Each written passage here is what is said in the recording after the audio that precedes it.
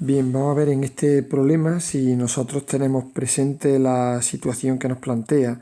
Tenemos un rayo de luz, nos da la frecuencia del rayo. Te dice que penetra en una lámina de vidrio de caras paralelas. Lo vamos a tener, imaginad que esto vamos a tener aquí el vidrio. Entonces va a venir el rayo para acá y va a ver qué es lo que pasa cuando lo atraviese. ¿Vale? Te da el ángulo de incidencia y te dice cuál es el ángulo de refracción, es decir, el primer ángulo que va a formar aquí cuando atraviese este primer medio, y luego cuando venga para acá el ángulo que va a formar con el segundo miembro, que es el ángulo que habla aquí de ángulo de emergencia. ¿De acuerdo? Vamos a ver entonces cómo serían esos dos cálculos. Después te dice que cuáles son las características que cambian en el vidrio en el apartado B y que hay que calcular cuál sería la velocidad de propagación dentro del aire. Ese es muy fácil. Vamos a ver el primero, la primera parte, y entonces tendríamos... Uy, este se me va a ver aquí. Bien, vamos a ver, lo primero que tenemos aquí serían los medios que nosotros tenemos. Este sería el aire, aquí tendríamos este de aquí sería el aire, este de aquí sería el vidrio y este de aquí sería nuevamente el aire, ¿vale? Vamos a ver qué es lo que pasaría. Lo primero que tendríamos que ver es que aquí se van a producir dos refracciones. La primera de ellas, pintamos aquí la normal, el rayo incidente que va a venir por aquí, y una vez que llegue, se me ha venido aquí un poquito torcido, vendría por aquí. Esta sería la dirección que debería seguir normalmente. Sin embargo, el rayo, vamos a ver cuáles son los índices de refracción. El índice de refracción de este sería 1, que sería el índice de refracción en el aire, y el índice de refracción aquí sería, sería de 1,5. Hay que recordar que cuando nosotros tenemos dos medios de distintos índices de refracción, el rayo que incide en función del índice de refracción se va a desviar más o menos. En concreto, cuando pasamos un medio de más velocidad, el ángulo va a abrirse. Más velocidad quiere decir, acordaos que la n es igual a c partido por v. Cuanto mayor sea la velocidad, menor será el índice de refracción. Luego, al pasar a un medio de menor índice de refracción, el ángulo se abriría. En este caso, como pasamos a uno de mayor índice de refracción, el ángulo lo que va a ser cerrarse. Luego el rayo viene por aquí y el ángulo se cerrará y haría esto. Este sería el ángulo de incidencia y este sería el ángulo de refracción. Para esta primera refracción, vamos a ver qué es lo que tendríamos. Tendríamos que el seno del ángulo incidente partido por el seno del ángulo de refracción es igual a n2 partido por n1.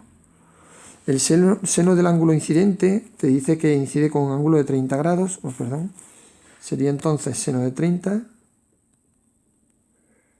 dividido por el seno del ángulo de refracción, que es lo que nos pide el problema que calculemos, igual al índice de refracción del segundo medio, que sería 1,5, dividido entre el índice de refracción del primer medio, que sería 1.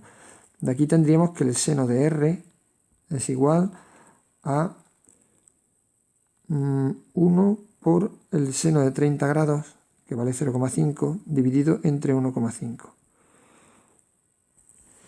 El resultado de eso me sale 0,3 periódicos. Y entonces R sería el arco cuyo seno vale 0,3 periódicos. Y el ángulo, por tanto, me sale 19,5. Luego, tal y como teníamos previsto, acordaos que el ángulo de incidencia era de 30 grados y en este caso el ángulo de refracción se nos cierra y se nos queda en 19,5. Eso sería con respecto a la primera refracción. Vamos a ver qué es lo que pasaría si el rayo continúa avanzando. Si el rayo continúa avanzando, lo que va a pasar será, vamos a hacerlo así, que conforme va avanzando para acá el rayo nos vamos a encontrar con que llega hasta aquí. Y al llegar aquí, nuevamente se produce una refracción. Y en este caso pasamos de un índice de refracción N1, que vale 1,5, pasamos a un índice de refracción N2, que vale 1. Y entonces en este caso se nos va a producir, si esta sería la trayectoria que seguiría normalmente, en este caso el ángulo lo que va a hacer es que se va a abrir. Luego tendríamos entonces que el ángulo se abrirá y vamos a calcular cuánto valdría este ángulo, que sería el ángulo de refracción. Para eso hay que tener presente que el ángulo R, que es el ángulo con el que se ha refractado en el primer caso, es el mismo que el ángulo de incidencia, porque estos son dos líneas paralelas y están cortadas por una línea recta. Por lo que el seno del ángulo incidente en esta segunda refracción partido por el seno del ángulo refractado será igual a N2 partido por N1. Esto se nos quedaría el seno del ángulo incidente, que ahora sí lo teníamos, sería seno de 19,5 grados, dividido entre el seno del ángulo de refracción, que es el ángulo emergente del cristal, del vidrio, con el que sale del vidrio, sería igual a n2, y ahora n2 sería la superficie del segundo medio, que sería 1, dividido entre la del primer medio, que sería 1,5. De aquí entonces tendremos que el seno del ángulo de refracción sería igual a 1,5 por el seno de 19,5 partido entre 1. Y esto tiene un valor de...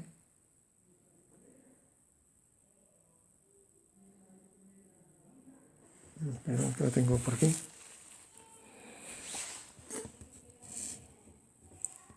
Esto valdría 0,5, claro, 0,5. Y R entonces sería igual al arco, cuyo seno vale 0,5. Y entonces de aquí sacaremos que el ángulo R, el ángulo R, que es el ángulo emergente, sería igual a 30 grados. Luego, si os dais cuenta, el ángulo con el que emerge al final sería exactamente igual que el que llevaba al principio, por lo que realmente ha hecho este ángulo habrá sido desviarse. Perdón, este rayo habrá sido desviarse, venía en esta dirección, vamos a ponerlo en negro, por ejemplo, y vamos a ponerlo más gordo. Este rayo venía así, lo que ha hecho es que se ha desviado para acá y al final sale paralelo en la misma dirección que llevaba, solamente que se ha movido con respecto al que llevaba inicialmente, ha habido un desplazamiento lateral, de acuerdo del ángulo. Pues bien, eso sería el apartado A. ¿Vale? Vamos a ver ahora el apartado B. Para hacer el apartado B, lo primero que tendremos que ver sería que te dice que cuáles son las características que cambian cuando una luz, un rayo luminoso, entra dentro de un vidrio, es decir, cambia de medio. En este caso lo que tenemos que ver es que hay una cosa que siempre va a ser invariable, que sería la frecuencia. Luego la frecuencia de una radiación permanece constante independientemente del medio en el que se encuentre, ¿vale? Esa es la primera característica que tenemos que tener presente, eso no va a cambiar nunca. Sin embargo, una cosa que sí cambia sería la velocidad de propagación, ¿vale? Como la velocidad de propagación es igual a lambda por f, lo que quiere decir esto es que si la velocidad de propagación cambia y este número permanece constante, la frecuencia, esto también tiene que aumentar. De hecho, serían directamente proporcionales. Si esto aumenta, para que esto de igualdad sea correcta, la longitud de onda también tendría que aumentar. Luego, la segunda característica que tenemos que ver sería que la longitud de onda también cambia. ¿Vale? ¿Qué otra característica cambia? Si nosotros vemos el índice de refracción es C partido por V. Si la velocidad de propagación ha cambiado, el índice de refracción también cambia. En este caso, si esto aumenta, el índice de refracción disminuiría. Luego,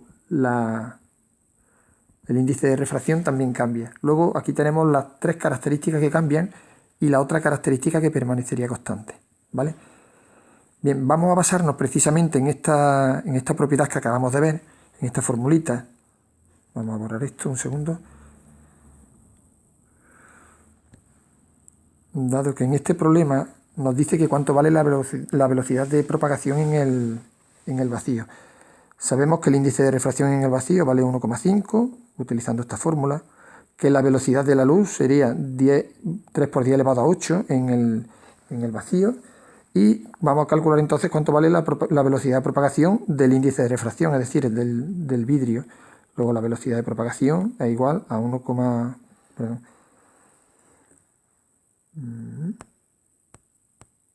la velocidad de propagación sería igual a 3 por 10 elevado a 8 dividido entre 1,5. El resultado de esto sería 2 por 10 elevado a 8 metros partido por segundo. Y aquí tendríamos la velocidad de propagación en el vidrio. Ahí. Y ese sería lo que nos quedaría por calcular de este problema. Y está listo.